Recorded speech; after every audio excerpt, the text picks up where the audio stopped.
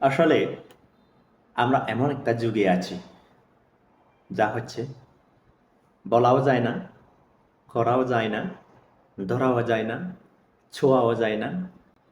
যদি তুমি না বলো তাহলে বলো না কেন প্রশ্নই থেকে যায়। যদি তুমি না ধরো তাহলে তুমি ধরছো না কেন? তুমি যদি না করো তাহলে করো না কেন?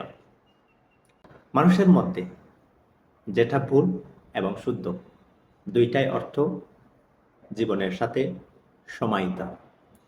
তো ওই সময় করতে গিয়ে সব সময় শুদ্ধ কিছু করতে পারবে না, ভালো কিছু করতে পারবে না। করতে গিয়ে, ধরতে গিয়ে, বলতে গিয়ে ভুল হবে।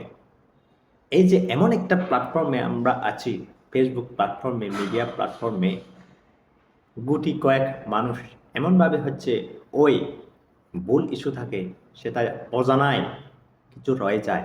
সে রয়ে যাওয়া থাকে এমন একটা ইস্যু মানে করে, এমন পর্যায়ে নিয়ে যায় যা হচ্ছে বলার বাইরে।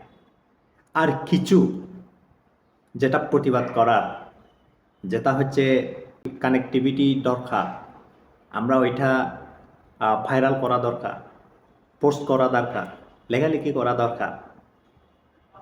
কিছু বিষয় ওইগুলো না করে এড়িয়ে যায়।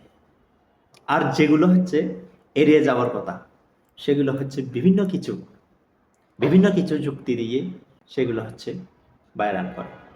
আসলে ওইগুলো হচ্ছে ফ্যাকই না, ওইটা এক নিমিষে মীমাংসা করা যায়, এক নিমিষেই হচ্ছে শেষ করা যায়, এড়িয়ে চললেই হয় ওইগুলো। কিন্তু সেগুলোকে এড়িয়ে না চলে ওরা মানে একটা ইস্যু বানিয়ে ফেলে। এই এটাই হচ্ছে আজকাল যুগের মিডিয়াতে বাস্তব একটা সত্য।